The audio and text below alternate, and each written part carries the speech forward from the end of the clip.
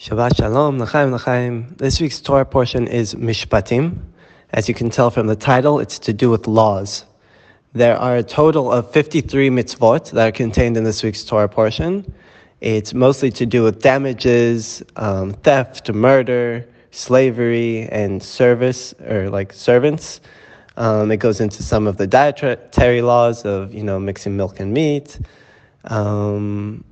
And I believe even some monetary laws, meaning to do with, back in those days, bulls and sheep and, what happens if my bull gores someone else's bull. So that's the majority of the Torah portion. The end is where Hashem says he's going to take the Jews into Israel. He's going to lead the Jews into Israel. And the Jews proclaim the famous line, Na'aseh v'nishma, we will do and we will hear. It concludes with Moshe going up to Har Sinai and receiving the Torah. What I wanted to focus on was from a Dvar Torah I heard where the rabbi brought from Rav Saadi Gaon.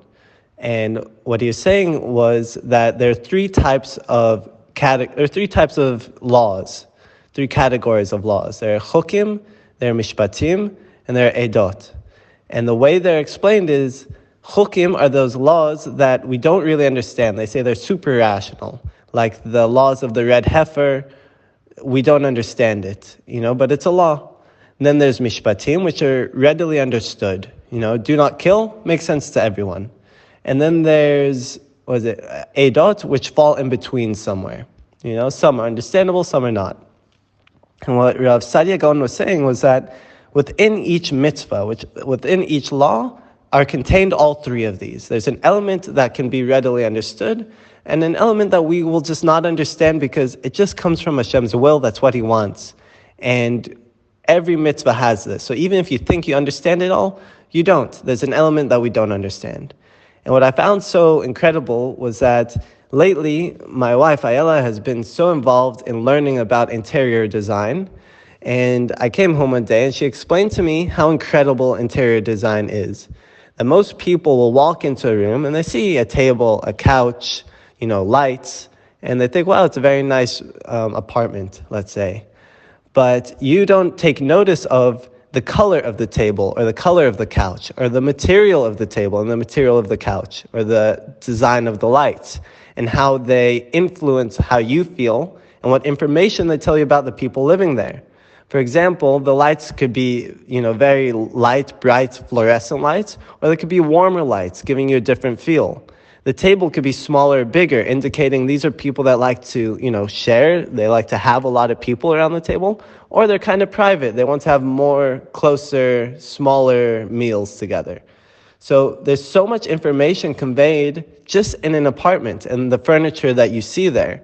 And the same goes with each mitzvah. There's so much information contained that we don't really pick up on most of it. The same way I didn't pick up when I walk into an apartment what the furniture is telling me. So I think it's a beautiful idea that even, to say the same goes with people. When we see someone, we don't pick up on all the information that's being delivered. The way they dress or what they're talking about, it gives you a certain view, a window into their soul, into who they are. So I think it's a very special idea that we can all really try to internalize more so. What information is given to us in each mitzvah, in each situation, and in each individual? And can we learn to really dig in and learn more from it? I also just want to end with a question, so feel free, anyone who's listening who has some idea. I was thinking about this week. We have the famous phrase, Shema Yisrael, Hashem Elokeinu, Hashem Echad. And it's taught that Echad has the Gematria 13, and so does Ahava, love, has the Gematria 13. So there's some connection between them. And I was wondering, what is it? What is connecting Hashem?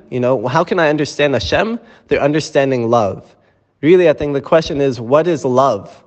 How do you define what it is? And how can that help me understand Hashem better?